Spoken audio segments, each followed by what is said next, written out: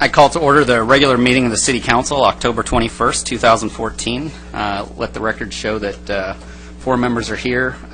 Council member McCullough has an excused absence for illness. And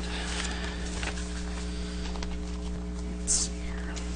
We're going to start the night off with our invocation, which will be led by Vic Vituris, who's a deacon at Arbor Christian Fellowship. So, Vic, if you'd come up to the mic here. Let's all stand and join together in going to our Lord. Our Heavenly Father, Lord, we are just filled with excitement tonight. For we know that where 2 or more are gathered in your name, your presence is here. And Lord, we welcome you. Lord, we thank you for the heritage of our country. When the Continental Army was fighting, they were surrounded by the British. 3 in the afternoon, all the British had to do was attack, and the Continental Army would have been destroyed as the Hudson was up against their back. For some reason, only you know, they did not attack. General Washington got his troops, his officers together and formulated a plan to escape, that they would escape across the Hudson in the boats that were available. All through the night they escaped. No noise was made. It was silent as it could be. In the morning, the sun started coming up, and they knew that they would be caught by the British, for half the army was still on the land. All of a sudden, a great mist appeared. That mist stayed there until the last man was taken off. There were 2 men who were behind who were pilfering through the dead bodies, and they were captured by the British, and rightly so. When General Washington was asked of this great feat, one of his officers said, "We were truly lucky." General Washington said it was truly God's hand of providence that was upon them, but they would talk about that at another time. Major Denteen of the British Army wrote in his logbook, "Truly the hand of God has left us." Lord, it is with this heritage that the Founding Fathers established at the first Congress, the opening meeting, that they gave honor to you as we are doing tonight. That they appointed a chaplain, which they still have today. That the first act in Congress was to appropriate 20,000 Bibles to pass out to the Indians. And Lord, it's with this heritage that we come stand before you tonight. Lord, I ask your anointment on this council tonight. For your word tells us that you are the one who appoints the governments. And Lord, I pray that you will give this council the wisdom of Solomon. May the decisions that they make be what is best and what will honor you. Lord, for the citizens of this community, I pray that you will blanket them with your peace and your protection. Lord, we lift up to you our public servants, police and fires, the first responders. Lord, always protect them and keep them in your hands. And Lord, for the citizens, I pray that you will touch our hearts, that we will love each other as you demonstrated to us. Lord, bless these proceedings tonight. For it's in Jesus' name we pray. And all of God's people said, amen. All right, and if you'd remain standing, and Mayor Pro Tem Nick will be leading the Pledge of Allegiance tonight. Please repeat with me. Pledge allegiance to the flag of the United States of America and to the republic for which it stands, one nation, under God, indivisible, with liberty and justice for all. Thank you. Thank you. And we're just going to briefly recess the City Council meeting, and I'm going to call to order the Lake Forest Housing Authority, a special meeting of the Lake Forest Housing Authority, October 21st, 2014. Let the record state that all members, with the exception of Councilmember McCullough, who has an excused absence for sickness, the rest of us are here and accounted for. And we just have, do we have anything to report out of closed session? It was the only item that we had. There was no reportable action taken. All right. Then I will recess the Lake Forest Housing Authority, and we'll reconvene the City Council to continue with regular city business. So at this time, it looks like we have some presentations, so I'll entertain a motion on presentations. Move presentations. A motion. Second. And a second. Council members, cast your votes on the presentations. The item passes unanimously with Councilmember McCullough with her excused absence. And if Mr. Banda will, I believe so, will meet me down at the mic here. Yes, Agenda Item 2, proclamation declaring the month of November as Native American Heritage Month, submitted by City Clerk.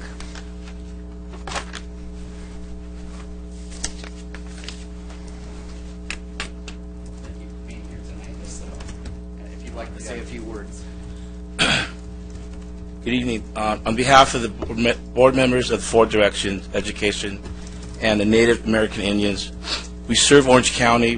We'd like to thank the City of Lake Forest, the Honorable Mayor, and the City of Council for your proclamation naming November as Native American Heritage Month in your great city known as Lake Forest.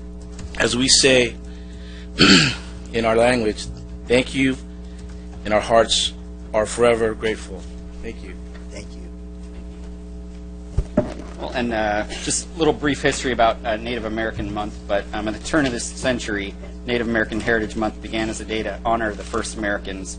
The movement was recognized by the Native American Indians, grew, and in 1915, so we're almost at the 100th year, President Calvin Coolidge issued a proclamation that the second Saturday in May would be dedicated to learning about the first Americans, and now we're doing it here in November, which was declared by President George Herbert Walker Bush in 1990. So it's really my pleasure to present you with this certificate just commemorating Native American Heritage Month. And we're very proud of the heritage that is in this area. A lot of families that have been around here for a long time, some Native Americans, some rancheros, but we're very proud of that long history that the El Toro region has, and so we're just so proud to be able to proclaim this Native American Heritage Month. So thank you for being here tonight. Thank you, sir. So, thank you. Grab a picture.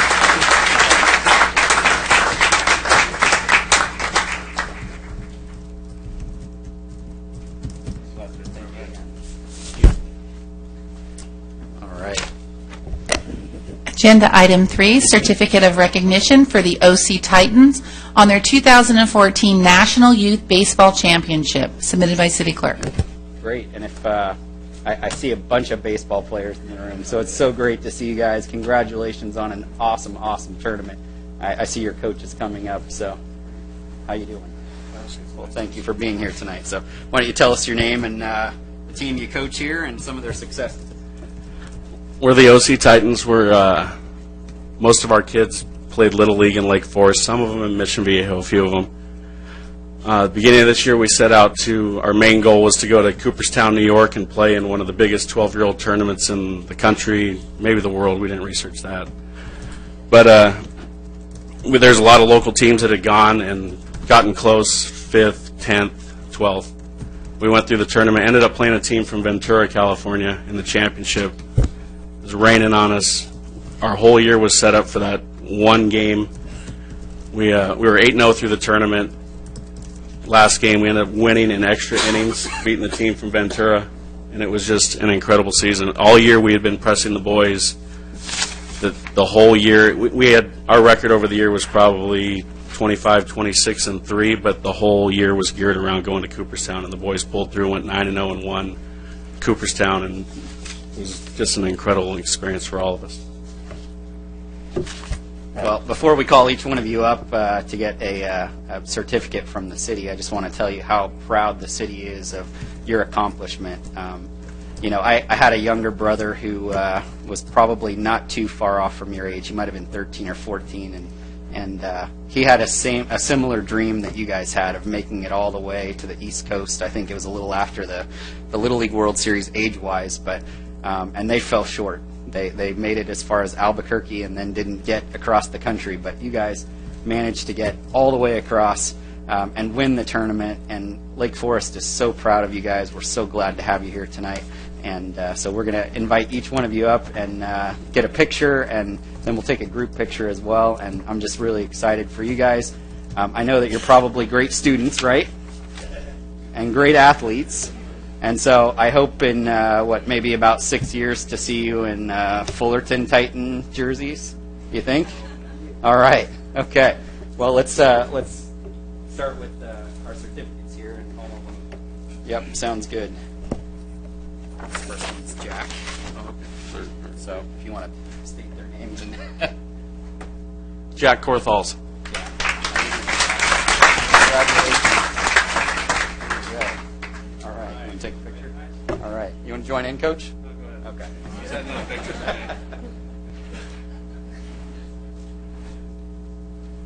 All right. Well, and if you want to stay right over here, we'll do a group picture at the end. How's that? Thanks for coming up here. We got John Colfeld. John Caulfield.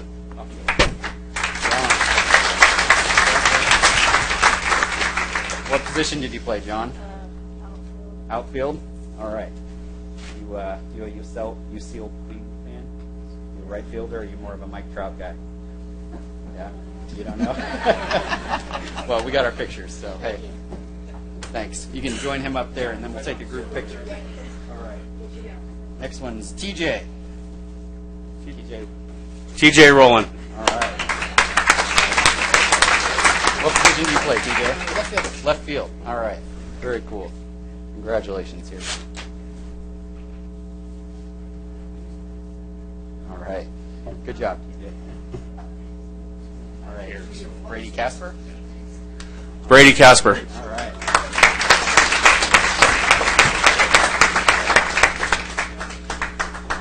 Awesome. What position do you play, Brady? Middle infield. Middle infield. Shortstop or second? Or both? Both. All right. Which one do you like more? Shortstop. Shortstop, of course. All right. And Trevor Clift? Trevor Clift. All right. Sure you're 12? He's taller than me, and he's 12? I'm going to check him for a driver's license. What position do you play, Trevor? First base. First base. All right. Good job. All right. And Nicholas. Nicholas Deesh.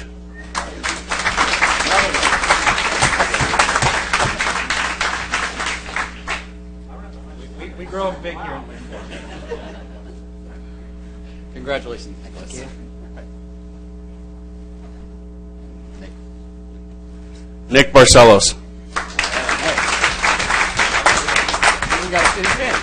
Good job. Well, now you get a certificate as well. So, which position do you play? Third base. Nice. Good job. All right. We got Shane Simpson.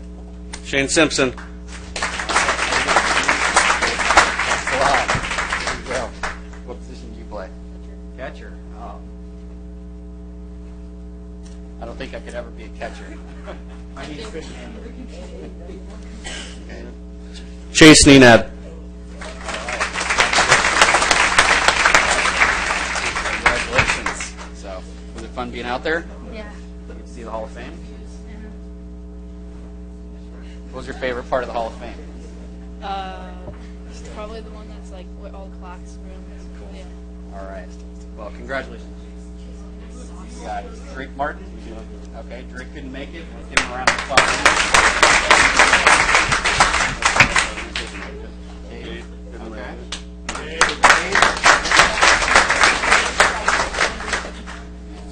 Chance. Chance Ducote. Second base. All right. All right. Thank you. Well, how about we take a group picture? Oh, we got Clay's right here. Clay? We don't have we got one. one more? Oh, Clay. Here you go. I will make sure that we get one for you. So Clay McCorgery. that's my fault. So I'll make sure I take care of that. All right. We here like this. Show that part. Right. All right. So Clay, which position did you play? First base. Okay. And what was the most exciting part of being at Cooperstown? Obviously winning the tournament. Winning? Okay. Cool. What was the toughest team you played? Was it the last team, Ventura? All right. Okay. Well, let's give them all a round of applause.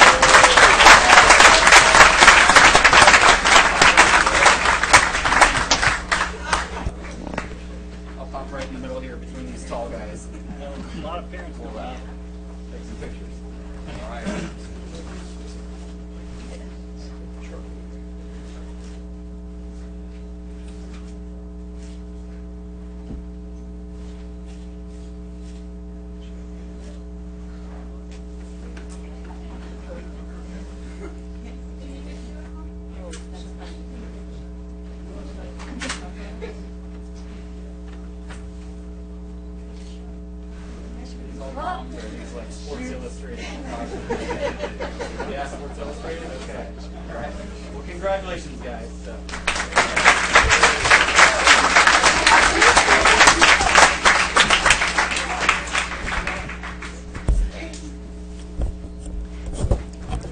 Titans, before you guys leave, we want to make sure that you guys know that November 1st is our celebration for our grand opening of our new sports park on the corner of Bake and Portola. You guys all got to be there. We got all-star third basemen coming. We got professional Yankees coming. So it's going to be quite a day at our sports park. And so you guys all got to be there 12 noon on the 1st of November. Congratulations, guys.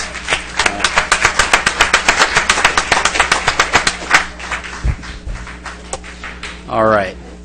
We'll give you a little chance to head toward the back. Well, I think they're hustling home to do their homework. Absolutely.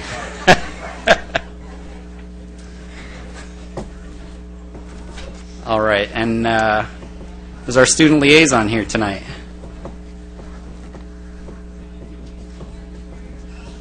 Our student liaison from El Toro High? Okay, looks like maybe he didn't make it. So, all right, that brings us to the public comments portion of the agenda. At this time, members of the public may address the City Council regarding any items within the subject matter jurisdiction of the City Council. No action may be taken on items not listed on the agenda unless authorized by law. Comments shall be limited to 3 minutes per person and an overall time limit of 30 minutes for the public comments portion of the agenda. Any person wishing to address the City Council on any matter, whether or not it appears on this agenda, is requested to complete a request to speak form available under the exit sign right over there. The completed form is to be submitted to the city clerk prior to an individual being heard by the City Council.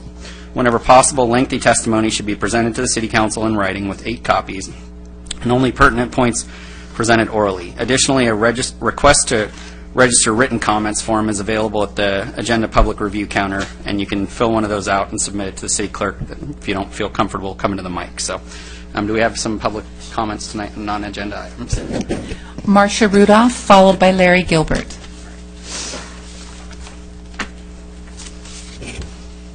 And you know the routine, but if you could just state your name and the city you live in. Good evening, Marcia Rudolph, former mayor, City of Lake Forest. I want to make sure that you understand the seriousness of these mosquitoes that kind of are around. We tend to kind of, we brush them off or whatever, but they're not, their bites are not something to sort of brush off.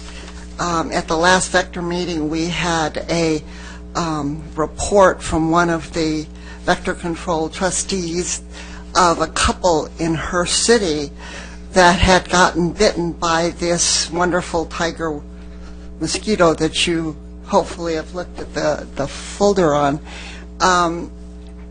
They were a couple that were very active seniors in their 70s, just, trucking along like everybody wants to, and they got these mosquito bites, and basically it chopped their life off from the standpoint of the kind of things they were doing.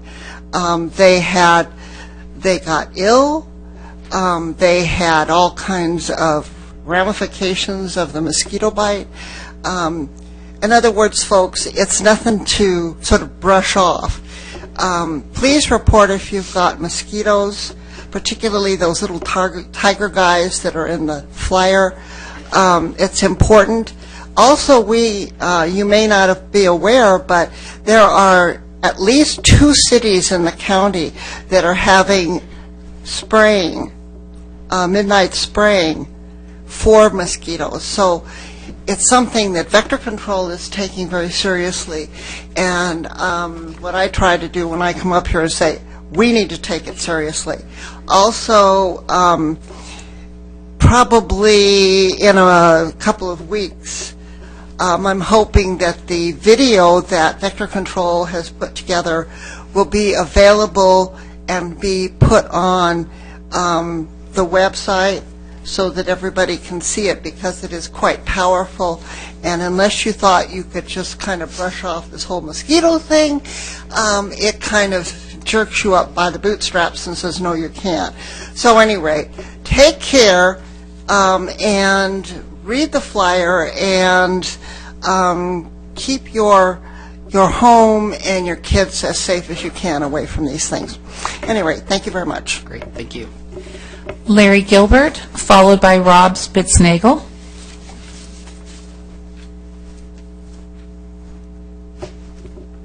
Good evening, Mayor Robinson and council members. I would like to have been here to speak and congratulate you on your $35 or $36 million sports park. That's what should have been on the front page of the newspaper, not this story. And unfortunately, and I wanted to face Mayor Pro Tem Nick. 2 years ago, Scott asked me to consider you, and we met, and I put you on my voter guide, and I recommended you. How much of an impact it had, I don't know. But when I read the story about what happened with you being found with signs belonging to Scott in your car, you didn't have permission to touch them. I drive by your business. I see 3 signs of 3 of the other people running for city council. I've been by your shop twice today now. Did not see a single yard sign promoting Scott Voice. And to make a statement like the fact that you were just helping move his signs is disingenuous. I would tell you that the sign issue is nothing new. Maybe 10, 15 years ago, we had a sting operation in Mission Viejo where somebody got caught by the Sheriff's Department around Oso Parkway. I know the individual. I know he had to do community service for what he did.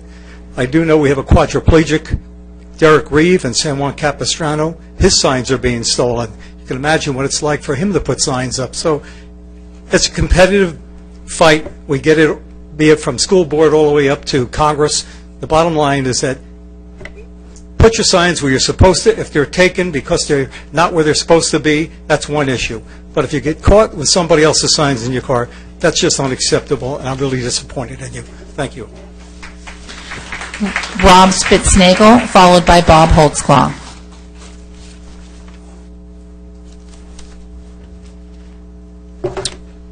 Good evening. I'm Rob Spitznagel. I've lived in Lake Forest for 36 years, and this is the first council meeting I've ever been to, so it's kind of a momentous occasion for me.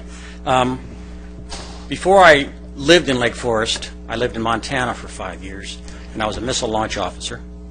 Met my lovely wife there, and we're still married after all this time.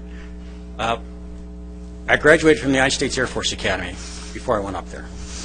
And one of the things we had there was a code of conduct, which I'm sure you've all heard about at different service academies. And that motto says, I will not lie, cheat, nor steal, nor tolerate those among us that do. And it's so serious that I'll give you an example. If you were within 2 days of graduating and a person lied and you knew about it and you didn't say anything and you were caught, you were gone. Just because you knew that person and you didn't say anything about it and you didn't fess up to him. So it's kind of an important thing that was instilled in me at a very early age. I still carry it with me today, but I must admit I'm not naive enough to believe that in my community everyone has those kind of ideals. People come from different backgrounds. That's just, I guess it's maybe my cross I have to bear, that I have to live with those feelings. But there are people that I do hold to that standard, and those are law enforcement people and elected officials that have the public trust. I do hold them to that standard. And after reading the same article that was just commented on, I first took a couple of looks at it and I said, my goodness, that's great. Adam was really a nice guy and he was moving the signs for Scott to help him out and put things in a more advantageous place for him. I continued to read the article and I noticed he was doing it at 2 o'clock in the morning, didn't have permission, and that 140 of Scott's signs were missing. Well, I thought that was kind of fishy, and I guess the Sheriff's Department thought it was fishy too because they made him a person of interest on this thing. So I digged a little further into that, and I found this comment that was at your meeting on May 21st, and one of the council members requested revisions to the signage ordinance to state during an official election period from October 1st to and including 72 hours after the election is held, it would be a felony to tamper with political signage. That was brought up by a member, Adam Nick. So then I thought, this is getting really crazy. So I guess in conclusion, what I want to say is, it seems to me that we have a case of stealing. We have a case of cheating, both Scott and the voting public. And we also have a case of lying to the Sheriff's Department about what really happened. That's something I wouldn't have tolerated at the Academy, and I can't tolerate it now. So I respectfully suggest that Nick resign. Thank you. Bob Holtzclaw, followed by Jeff Matthews. Hello, my name is Bob Holtzclaw, a longtime resident here of Lake Forest. And just by the last two comments, I think this is where it should be brought out by the residents and maybe police services when applicable to something, like this happening. I know in the past the City Council has never commented on anything such as councilmen passing out their business cards. I've been here for quite a few years sitting in council meetings. And we've had two former people passing out business cards, and no one has said anything. We've had all things like voting on certain issues that people have received large amounts of money for, and expense reports that has not been quite right, and no one has ever corrected them. That said, I'm going to drop it right now. And this is in the hands of actually the residents, how they feel, and if something happens with police services, that's where it should go from there. The other comment I was going to make is last meeting, Dave Bass, Councilman Bass, brought up about energy savings for the new city council place and also for the senior center. Lake Forest 2 has now 3 towers for, I think it's AT&T, Verizon, whatever. They get money back for these things. I don't know if the new sports park has anything like that, or they're working into the new city council building to help defray some of the costs on these things. Also about energy. Maybe going to Lake Forest 2 might help you as far as energy costs, because our energy has gone down. We've had, now the adult pool is heated, and the lap pool is heated all year round. And we're saving money that way. It's nice to work out of the box and see what other kinds of things we can do to defray some costs. It's cities do some things like you just write out a check, they've got the building, but they don't realize that, who's paying for all of it. Okay, thank you. Jeff Matthews, followed by Nick Wilson. Thank you. Mr. Mayor, members of the City Council, city staff, and residents of Lake Forest. My name's Jeff Matthews, City of Costa Mesa and City of Lake Forest. Clarify, I am a resident of Costa Mesa as well as a planning commissioner there, but I am a property owner in Lake Forest as well and spent a great deal of time here for several years. This is to address, and I'll try to be brief, a point that was very aptly made by two prior speakers, that being of the, bluntly put, the theft of political signs. As we know, in addition to the violation of any local ordinances, it's also a felony. This happens in many places, as I'm sure we're all aware. It's not unique to Lake Forest. It's happened in Costa Mesa. Mayor Jim Righeimer, when he first ran for council, and again this election cycle, there's signs being stolen. We were fortunate enough to find someone who was stealing signs and identify that individual. There'll be an interesting case pending against that person for the theft. But the point I wanted to make emphatically was that when you violate the law in this way, some would say a campaign sign is just a sign. Well, compared to other items of property, perhaps true. It's just a sign. Cheap to make. You find them everywhere. However, there are specific laws governing elections and signs, as we know. And when you steal signs, for any reason whatsoever, it's a fundamental violation of the public trust. And when this happens, when you have violated the public trust, ethics would demand that you make restitution, the least of which is an apology, but restitution should go far beyond a simple apology. When you violate the public trust, oftentimes you're no longer fit for public service. Public servants should be held to one of the highest standards possible. We don't always see that, of course, unfortunately, but it should occur, and the residents of this city should hold our elected officials to the highest standards. So my request, my observation would be that our Mayor Pro Tem, who is behind these sign thefts, should strongly consider a resignation, or at the very least not seek re-election at the next election cycle. It is entirely possible that someone, even in this room, could easily defeat a person like that in an election. So, just aside from speaking my piece tonight, and I thank you for allowing me the time to do so, I would recommend and suggest to the Mayor Pro Tem that he consider resignation. He's violated the public trust with these thefts. There's no other way around it. There is no excuse. I think an apology, at the very least, is the first step. Thank you. Nick Wilson, followed by Jim Gardner.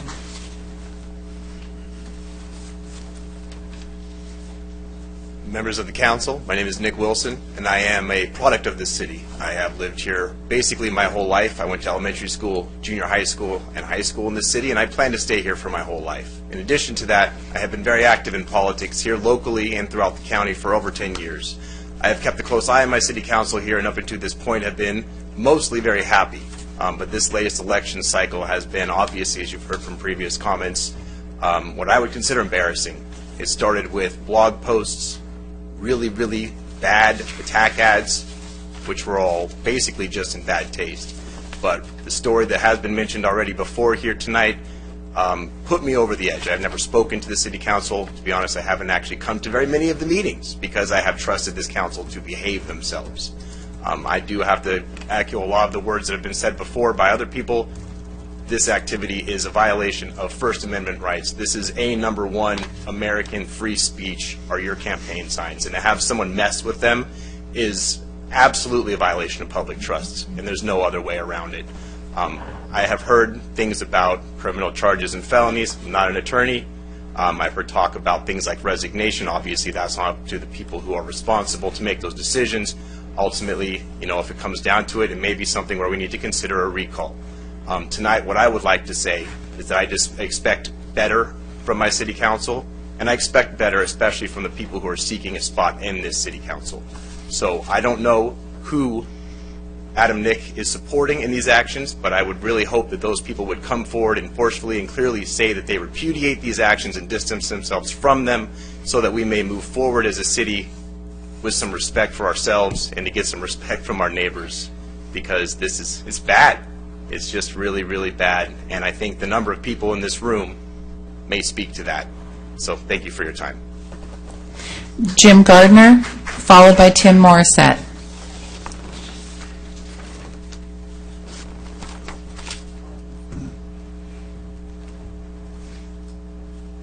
Good evening, Mayor, Councilman. My name is Jim Gardner. I'm from Lake Forest. I did bring my passport here because I think maybe somehow entering this room I left the United States. When Peter Herzog was arrested for DUI, I didn't hear a peep from you guys about him.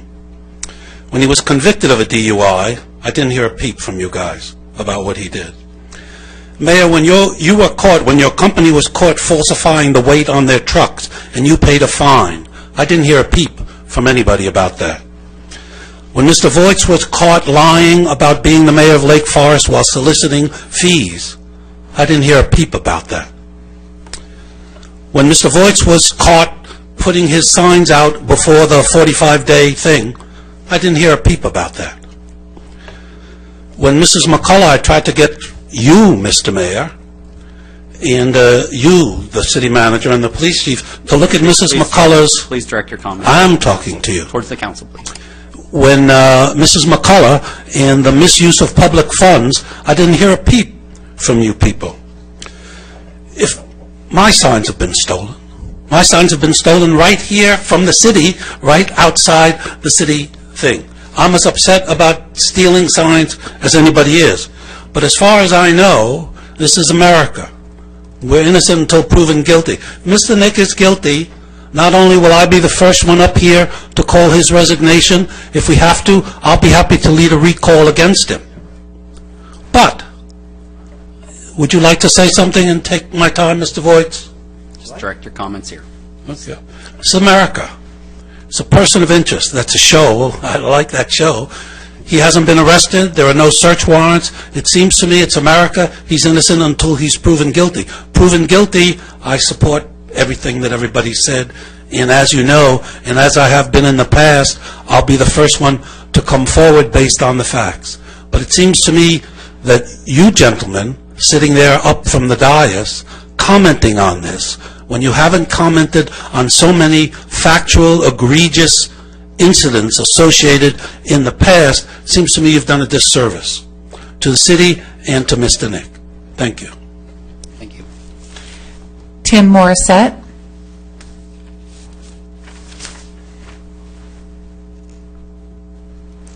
Thank you for allowing me the opportunity to speak here tonight.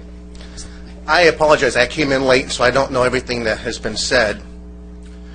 But one of the reasons that I'm here tonight is about the council's approval of the Brookfield condos and the houses that are going here in Foothill Ranch. I happened to go by the complex the other day and went into the sales office, and I was asking the sales gal about the property and where everybody was going to park, and she said that we have tandem parking. And I go, well, is there any other parking? She goes, oh yeah, people are going to be parking on the street. As a matter of fact, Auto Center Drive is going to be called Mercedes Drive. And it just blew my mind, because I sat here over many meetings not wanting this complex to go in, because I knew there'd be a parking problem that I've seen throughout my community of Foothill Ranch. And so now we have, and you and this council who voted for this in the tandem parking, which everybody knows, there's not going to be two cars in those tandem parking spots. It's going to be one car and then a bunch of other junk. And the people are going to be parking on the street. And we said, no, that's not going to happen. But here the builder is saying they're going to be parking on the street. And I don't know how you can get away with that. I feel like you snowballed us because of your connection with the builders and the fact that you took money from them to promote yourselves in your campaign. And you're supposed to be serving the community, but are we really serving the community or serving ourselves, yourselves, in your campaigns and what your future is with this community? I want to have elected officials that serve me and the people that surround me in my neighborhood, not elected officials that go out there and take money on campaigns from builders, and every builder that's come by here, you've taken money from them, oh yeah, oh, it's approved, even though this housing is not anything that has been accepted in the past. It was part of a commercial development, a auto center, and now they're putting up high-density buildings, condos over there in little houses. That's not, when I bought here 20 years ago, that's not what I bought into. I bought into a sprawling area with trees and hillsides and nice houses with yards, and now we have a substandard dwelling that you have approved, and it pisses me off, and I'm mad as hell about it. And you know what? I was in church the other day, and the priest gave a little story. There was a line for lunch, and in front of the line is a table, and there's a basket of apples. Mm-hmm. And the next to the apples was a sign that says, "Take one apple, God is watching you." Then at the end of the line for lunch, there was a basket full of cookies. Just wrap it up. And somebody wrote on the basket of cookies, "Take as many cookies as you want, God is watching the apples." You guys, God is watching you, and what you've done to this city is terrible, and I'm very upset about it. And I hope that if anybody else here gets elected besides you, they do a much better job than you've done in the past. Thank you. Mr. Wheeler, do we have overnight parking allowed in that area right now? No, not right now. Okay, and have we heard any mention of changing the names of the streets to something related to Mercedes? I'll defer to the city manager. Mr. Member of the City Council, there has been some conversation about it, but there's not an active application at this juncture. So first I've heard of it, so, okay. Thank you. All right. Thank you for your comments. There have been no further requests. Okay, that brings us to the consent calendar warrant register number 4. All matters listed under the warrant register are considered routine and will be enacted by one vote. There will be no separate discussion of these items unless members of the City Council, the public, or staff request specific items be removed from the warrant register for separate action. We had anyone pull from the No, Your Honor. public? Okay. Council members, any items you want to pull from the warrant register? Move approval. Okay, so there's a motion and a second on item 4. Warrant register. Council members, cast your votes.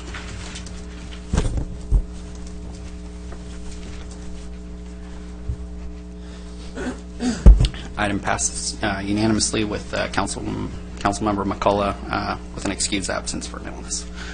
That brings us to the consent calendar miscellaneous items numbers 5 through 15. All matters listed under the consent calendar are considered routine and will be enacted by one vote. There will be no separate discussion of these items unless members of the City Council, the public, or staff request specific items be removed from the consent calendar for separate action. We had some members of the public pull some items. We've had no requests. None. Okay, council members, any items you'd like to pull 5 through 15? Item 7. Item 7 from Councilmember Bass. Mr. Robinson, item 11, I need to abstain from. It is for some improvements for handicap accessibility near where I live. I would like to abstain on that one item. I move the remaining. Okay. I'd like to also pull number 11, so I'll join that. Okay. Item 11 pulled. And so there's a motion to move items 5, 6, and 8 through, sorry, 5, 6, 8, 9, 10, and 12 through 15. Is there a second on that? Second. You're the motion, you're the second. Council members, cast your votes on those items. Those items pass unanimously with Councilmember McCullough with an excused absence for an illness. That brings us to item 7, pulled by Councilmember Bass. Agenda item 7, consideration of the 2015 City Council meeting calendar submitted by City Clerk and removed from the consent calendar by Councilmember Bass. Excuse me. The issue I have on this is really actually the 2014 calendar, but I didn't know whether to do it on this or with respect to adjournment. And it refers specifically to the November 4th meeting of this year, which will be on Election Day, held in this this room here, and part of this room is used as a precinct or voting place for a number of precincts. And you know, it's obvious to everyone that this election is highly charged, which I'm not saying is bad, it just is. And I'm just wondering, how do we have the meeting here and not have any spillover of election or appearance of electioneering occur when a polling place is at the same location?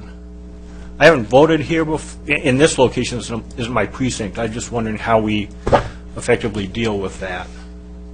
Has it been an issue in the past? The City Hall's been used as a polling place for many elections, including the presidential elections in 2008 and 2012. It doesn't appear to be a problem. The polls do close at 8 o'clock, and the meetings typically, sometimes actually on Election Day, are adjourned prior to that. But the walls are up. We are able to limit, sound. And the photographs of the elected officials are removed from the community rooms. All signs of any potential candidates are removed. The Registrar of Voters appreciates the use of City Hall and doesn't feel that it's a conflict with the actual precincts themselves. As to the council meetings, they appear to flow relatively smoothly. Okay. And does the public, when they enter this, do they come along through the side? Yes, we put up directional signs and bring them around the corner through the side. Okay, thank you. That takes care of my concerns. So with that, I'll move approval of the item. Second. Okay, there's a motion and a second on item 7. Any further discussion? Seeing none, then council members cast your votes. Item 7 passes unanimously, with Councilmember McCullough with her excused absence.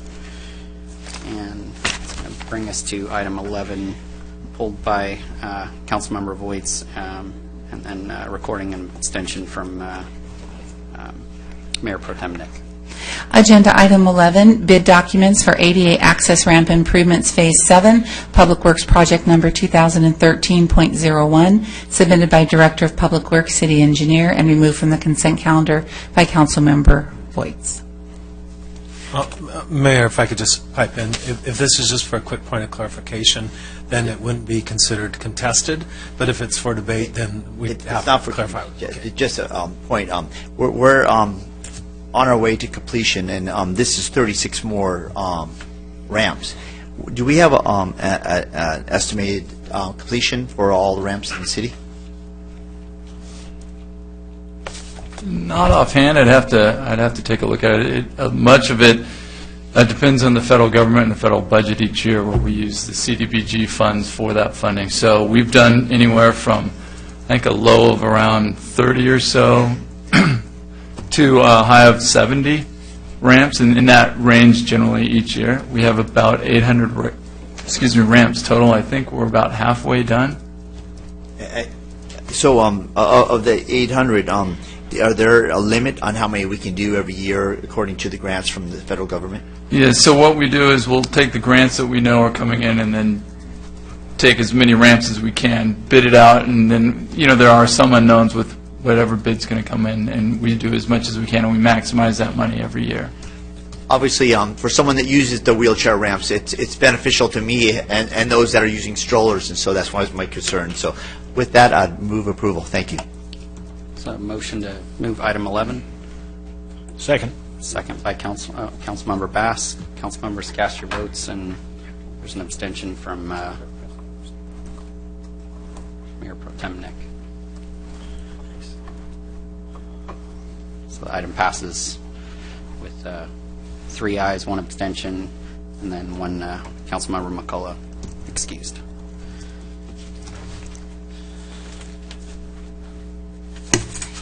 Not to move too fast. I know the city clerk's got plenty on her hands here, so we'll move to item 16, discussion action items. Agenda item 16, consideration of the order of business on the City Council meeting agenda, submitted by Deputy City Manager, Director of Management Services. We have a brief staff report. Mr. Members of the City Council, the staff has really nothing more to add. This was requested by the council for your consideration. It's on for this evening, so we'd be glad to respond to any questions that the council might have otherwise. Okay. Do we have any public comment on the item? Yes, Jim Gardner. Okay.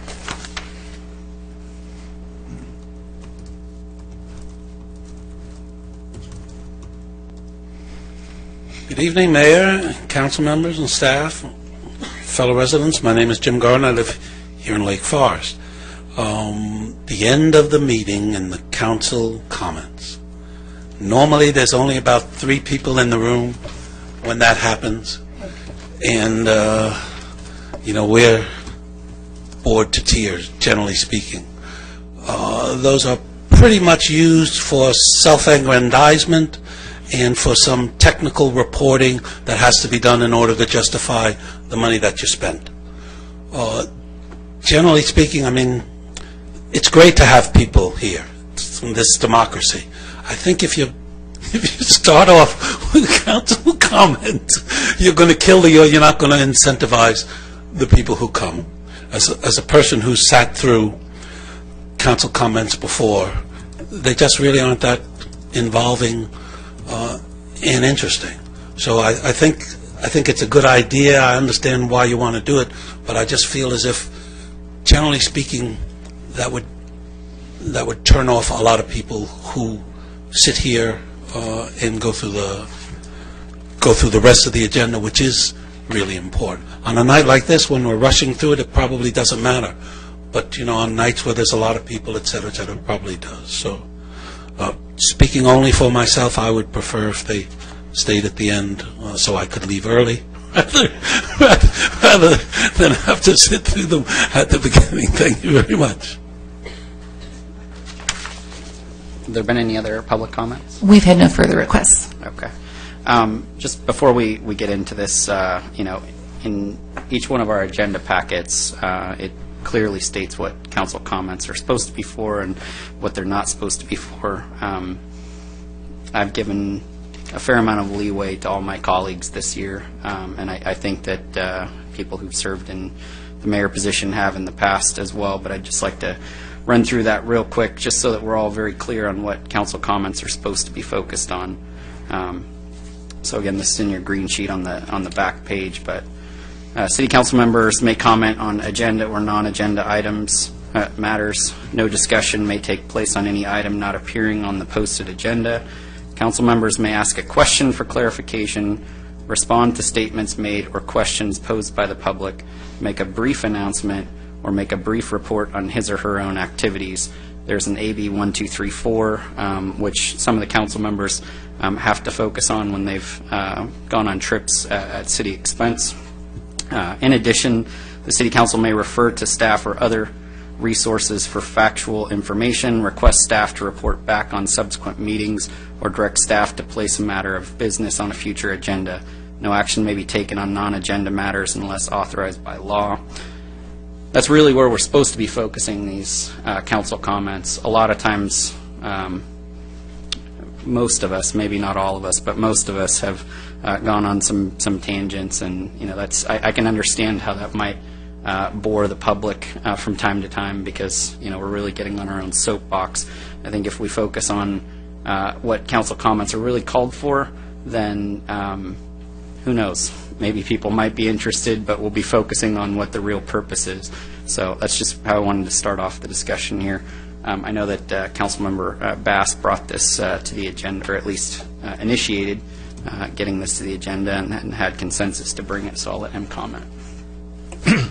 Well, one of the purposes that I asked for this to be on the agenda and to get consent for that is that there is some portions of council comments that, in my opinion, are of interest to the public, and as Mr. Gardner pointed out, not many stay to the bitter end of a meeting. And so my thought, just in general, was that those types of issues or comments or statements could be made after the public comments, and then some of the other stuff, brief report on his or own activities, and that be at the end of the meeting. But it seems to me that it is somewhat frustrating, not only to the council, but to, I think, the public, when questions are asked relative to, by a member of the public in public comments, and that, council is, not totally constrained, but somewhat constrained in responding to it to the end of the meeting.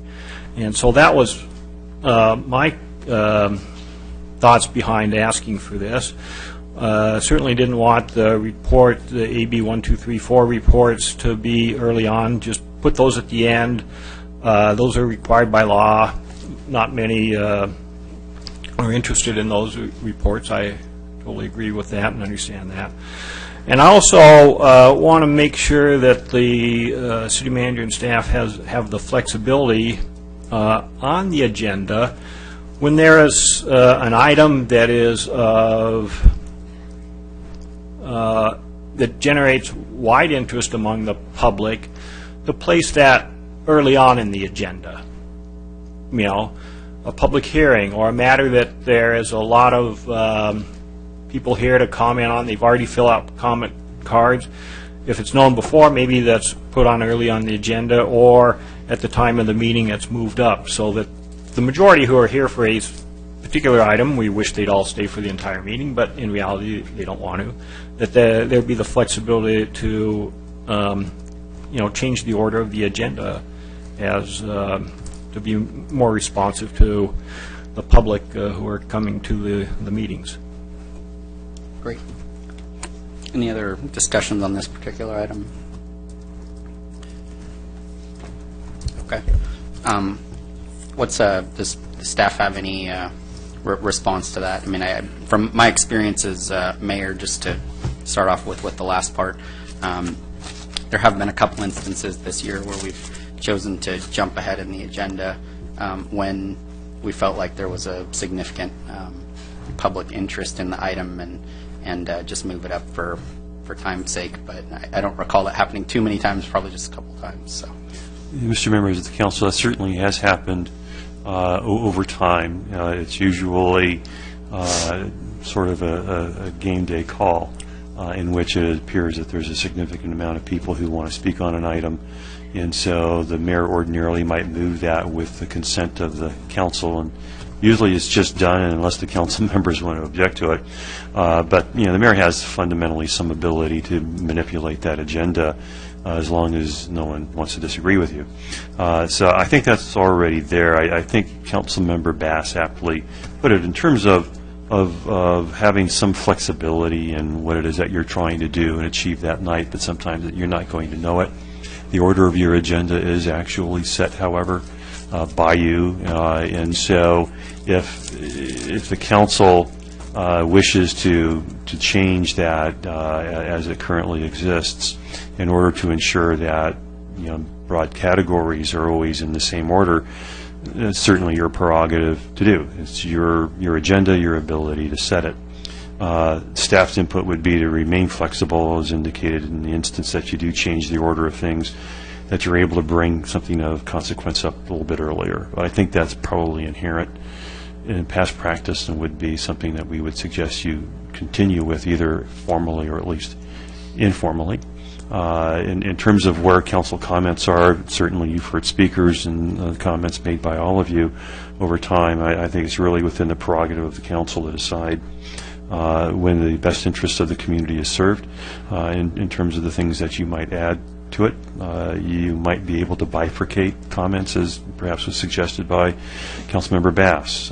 So you have some options, including leaving it the way it is and again making a game day call and changing as you deem fit from meeting to meeting, as long as we post the agenda in the categorical order that you've previously adopted by the minute order and resolution of the council. Okay. Thank you very much. And Mr. City Attorney, with respect to council responding to public comments, what would we want to make sure that we steer clear of? My guess would be we wouldn't want more than 2 members to comment on the same public commenter's issue. Yeah, thanks, Mayor and Council. The test for response is included in the excerpt that you read from your agenda. Council members may ask for clarification. Well, in response to comments from the public, you can ask for clarification, direct someone to staff, or respond briefly. And what's a brief response is it really the question? A couple of statements to clarify or rectify something's been said, I think, are fine. By the time 3 of you or a quorum of you make comments, then it's my concern that that becomes a discussion that's off agenda. So it would be a brief response, certainly direct the public to the staff. Try to avoid comments and response by 3 of you. Okay. Based on what we've heard from the city manager and the city attorney, I mean, I would be open to having very brief council comments after the public comment portion, probably not longer than 60 seconds per council member, and then I would want to make sure that we crafted it in such a way where we made sure that it was very clear that multiple council members couldn't respond to the same issue, even if, for instance, a public commenter called out 5 of us on an issue, that all 5 of us couldn't respond, because then clearly I think we'd be on the wrong side of the law with respect to that. So that would be my suggestion.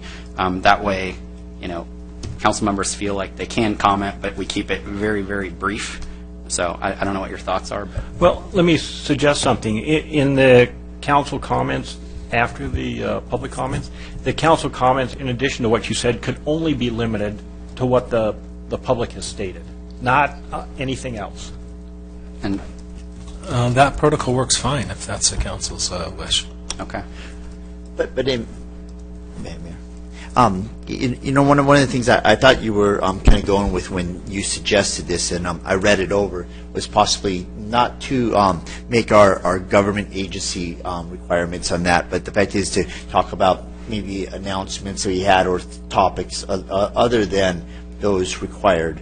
So, but there again, you know, many of the times when we do have our closing comments, we have a red light up here too that goes on, and sometimes there's council members that go over. I would want to hold that to a limit on the time. But other than that, I'm open. All right. Well, again, my preference would be that we, and I think that I have a supporter here, that we just focus on responses to public comments, keep it incredibly brief so that it gives council members the opportunity to respond. I know that on occasion we've had people come up with a specific request, and if you feel like I haven't, you know, directed to staff to deal with that issue or something like that in the most appropriate manner, it would give you that opportunity to do that. I know I can recall a gentleman coming up about a code enforcement issue, and then it probably felt like he just sat out there and was waiting for a response, and he may have been waiting for a couple of hours till the end of the meeting to talk to someone. I can understand how that might be frustrating. And so that would be my suggestion, that we just focus on a response to public comments, keep it incredibly brief, and stay away from announcements, any ABC 1 or AB 1, 2, 3, 4 type reporting or anything like that. Is that? Yeah, I agree with that. I think that's so I'll make that a what motion. And I support that motion. Okay, there's a motion and a second. Any further discussion? Mayor Pro Tem Nick, any comments? Okay. Then we'll just move with that one change. All right, so council members, cast your votes. All right, so that item passes unanimously with Councilmember McCullough with an excused absence.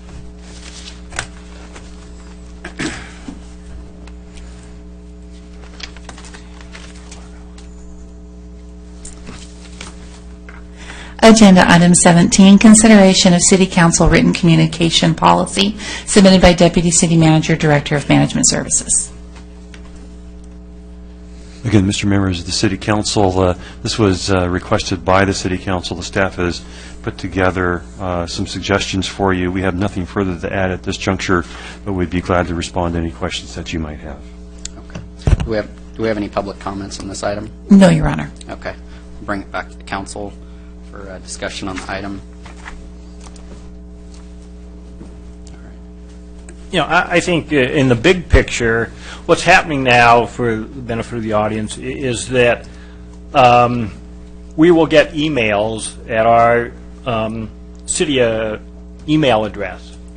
They are then forwarded to us by someone in the clerk's office for review, potentially response, whatever we want to do. But you can't, if that happens to be, I can't turn around and just do a reply, because then I reply back to the person in the city clerk's office who sent it to me.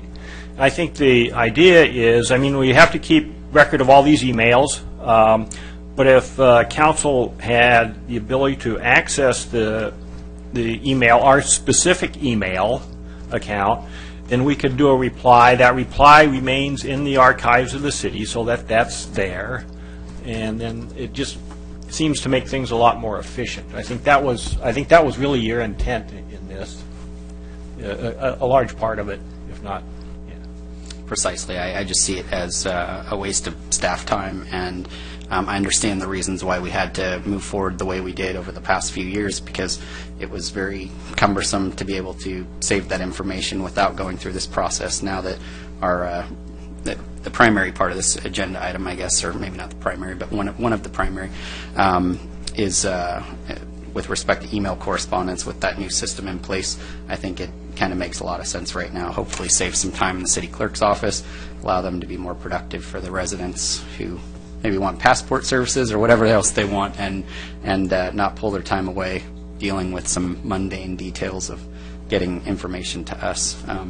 And the rest of it, I really don't have a problem with either. I know that in the past, some council members up here have had concerns about some of their colleagues using city letterhead for communication purposes, but I think that each one of us are duly elected by the public, and we should be able to use that letterhead for social salutary purposes as prescribed by law, and not doing anything that we're not supposed to be doing with that, just those sorts of things. And so, I think that we should at least respect one another's abilities to stay within the law with regard to that, and so I have no problem with that either. So, with that said, I'll move the item, and I'll second that. Okay, so with the comment that many of the emails that get forwarded from the city clerk's office is just junk mail as we go through it, but the city clerk's got to forward each and every one of those to our home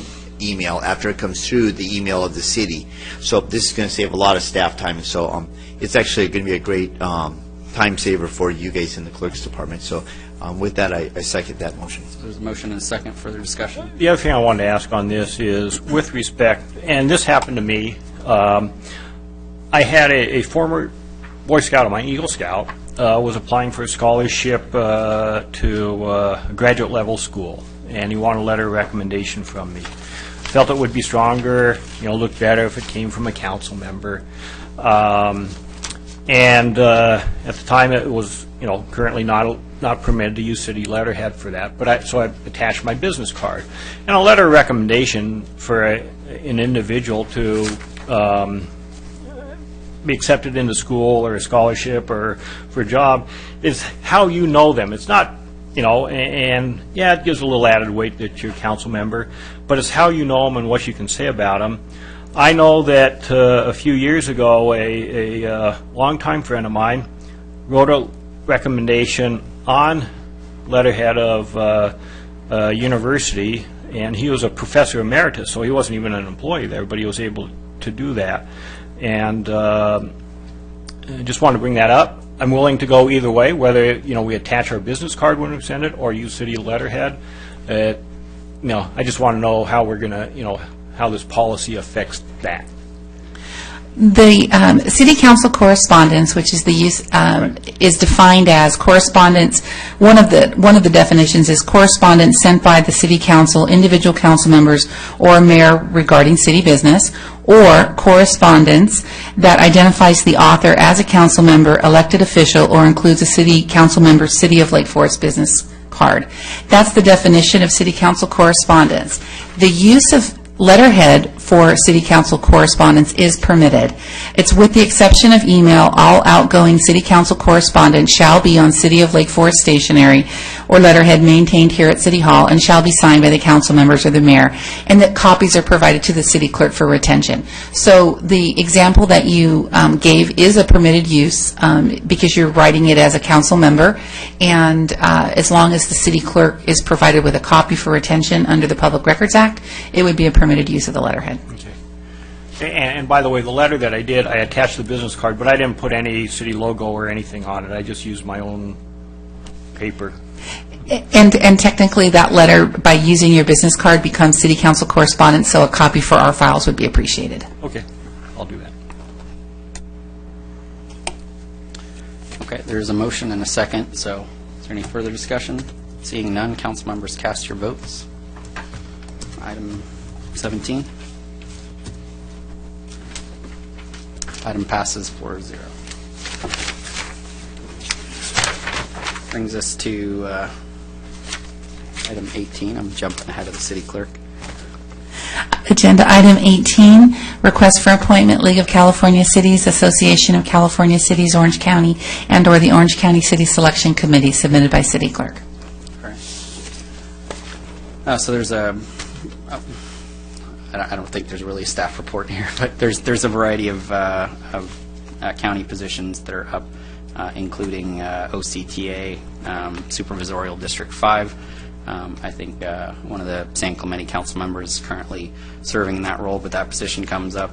We have had council members that have served on OCTA before. We're constantly talking about transportation, traffic issues here in town, and talking about synchronization projects and everything else that were included in our very boring vote of consent calendar items tonight, even though I think that it's going to be a pretty exciting thing, getting more of that accomplished. But there are these openings there, so I don't know if any of you have any interest, but there's the list. And, I think in the past, have we required notification or anything like that? No, the item was basically to make sure that all the council members were aware of the opportunities. Okay. And to note the application deadlines. Yeah. And I think previously we had an agenda item every single meeting, whether we had an appointment or not. So now we're just doing it when there are some appointments. There's like 5 or 6 positions that are up, and so if you're interested, I encourage you to be involved. We want to make sure that at the county level that the city is well represented. At that, I think this is just a receive and file, right? Okay. And at this point, it brings us to the city manager's report. I have nothing further this evening, Mr. Mayor. Oh, great. Okay, great. And now our city council comments. So there's more than 3 people in the room. Great. You have a chance to talk to a handful of people tonight. So, Councilmember Bass. Okay.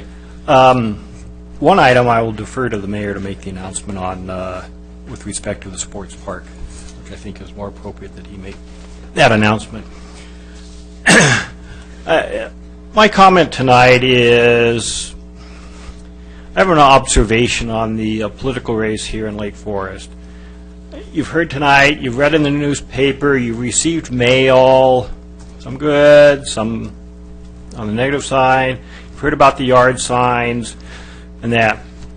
I'm not, and what I want to say is, in my opinion, some of these tactics can best be characterized as intimidation and a form of bullying, not by physical force, but more by verbal force or written force. In the past few years, there has been much effort with the school children to refrain from and teach them to stop bullying and other forms of activities related to bullying. I believe that these types of activities taken by adults, presumably adults, is sending a wrong message to our children and grandchildren in the community. You cannot say that an adult can bully, but it is not appropriate for children. It just doesn't. Children just see through that.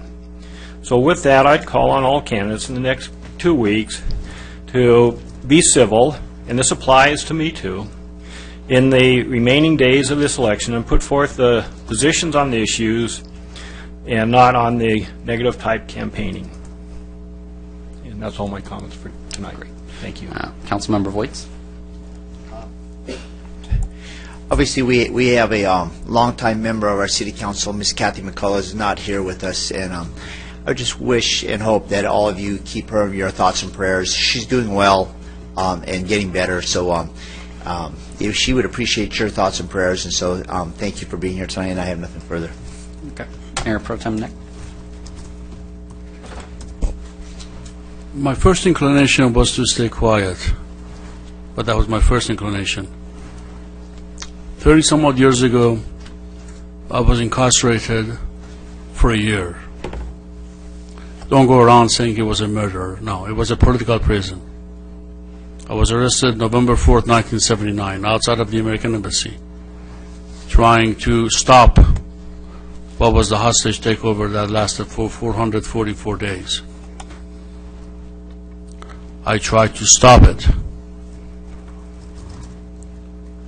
But the government labeled me as a rebel. They put me behind bars. For 1 year, I professed my innocence, that I did not start anything. 57 stitches all over my body. They show to this date. 11 broken bones. You name it and it was broke. I don't even know how I hit the floor. I don't remember how I hit the ground. I even broke it right up here, my forehead. That's how I hit it. I hit the ground that badly. Somebody apparently hit me with a brick in the back of my head. For 1 year, I tried to tell people it was not what it seemed like.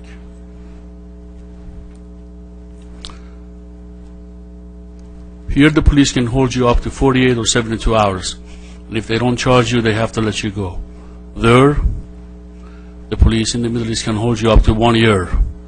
So guess what? They held me up to November 2, 1980. 2 days shy of a year. They could not bring charges. There was no witness to what they claimed. However, they can always come after you forever. So on the order, not request, on the order of my father and my mother, I left my home country on November 6th. My father was concerned and my mother was concerned that they would come after me. They come up with some charges and they would try me. In the mid-1980s, several years later, the government issued a letter of apology to me. They call it a certificate of innocence. That's the literal translation to the English language, a certificate of innocence. I told my father to tell the government, you know what?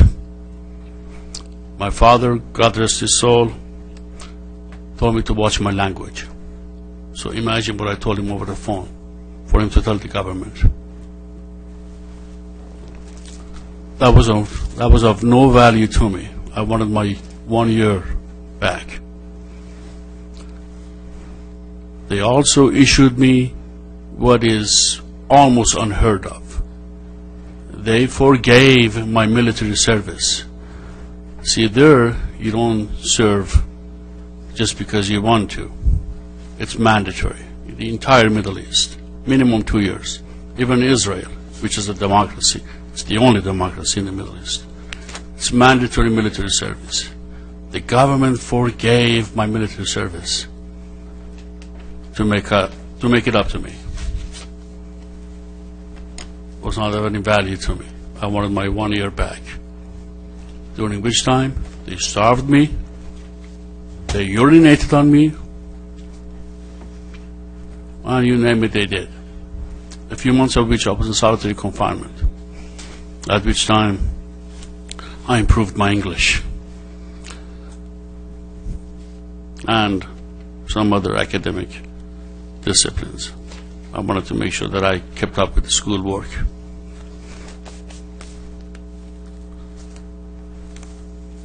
When my father said to go back home at some point, I said, this is home. He came and visited me once. In 1996, I lived on Copper Cliff across the lake in Lake Forest. He stayed with me for 6 months. And he said, son, I'm going back. There's nothing I can do here. You are good. You have made a life for yourself.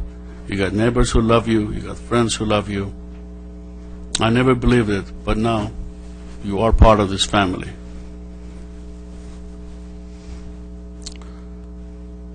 You are part of this family now. I'm glad he's dead in a way. So, because he would be ashamed if he saw some of you guys up here today. Nothing has happened. 2 o'clock in the morning, coming home, doing something. I'm not going to get into it. It is not what you think it was. But in any case, there is an investigation that's ongoing. Last I checked, this was America. Last I checked, we're all American. Let it take its course. Let it take its course. I promise you I will abide by whatever the outcome is. Just don't judge me yet. And if you want to judge me based on what I've done for 2 years. Judge me on the fact that I'm the only person in the city of Lake Forest in its history who has waived his salary, benefits, etc. When I go to a city function that I have to appear at, I reimburse the city for my food. I have not cost you a dime. The reason I do this is because I'm going to give back to the community that was my family when I had no family. Let it take its course. It reminds me of the early minutes of the Wyatt Earp movie, Gene Hackman and Kevin Costner. If I stole that horse, fine. But let's make sure I stole it before you want to hang me. Thank you. All right, and Councilmember Bass left some good news for me to share, and I think many of you have already heard of it, but some of your neighbors may have not, so just really encourage you to let everyone know about the sports park opening that we have on November 1st from noon to 4. It's going to be an exciting event. There's going to be some major league athletes. I know at least baseball, soccer, maybe some others. So bring the kids out, bring the parents out, bring the grandparents out. It's going to be a great resource for the entire community, and I think that we're very fortunate that we're coming to this point now, and also being able to do it without having to borrow money. I think that the city councils before me and the current council that I serve with here have been very fiscally responsible with your tax dollars, making sure that we're not out there borrowing money, and we're getting a world-class amenity for the community to enjoy. And so we're very excited about that. I think Lake Forest is a great place to live. I think that it's only getting better day by day, and so I'm excited to live here, excited for the residents who live here, and we're just so glad to be bringing this to everyone. So come out on November 1st. Hope that you have a great time, and then we'll see you on November 4th. So, and with that, I adjourn the meeting.